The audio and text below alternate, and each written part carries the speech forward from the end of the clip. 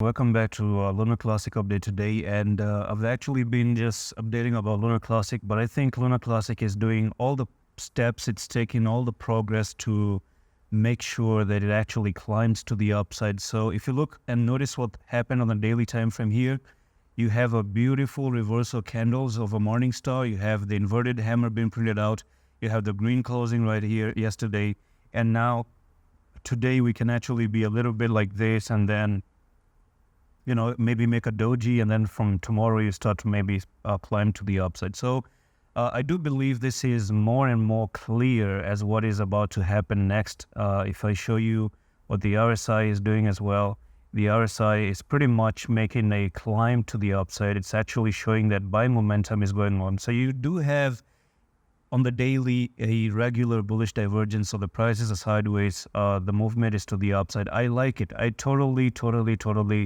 like it. Okay, I don't even have the fear anymore probably that this thing is not going to move up. It's actually making itself absolutely clear that, hey, you know what, I'm interested to go to the upside. But as I said before, it's a market cycle. You went down, you went up, you came down, you broke above, and you are moving sideways. So maybe even if you did drop down again and try to move sideways like this, because even if you take out that morning star, it doesn't actually validate anything, okay, other than the candle itself.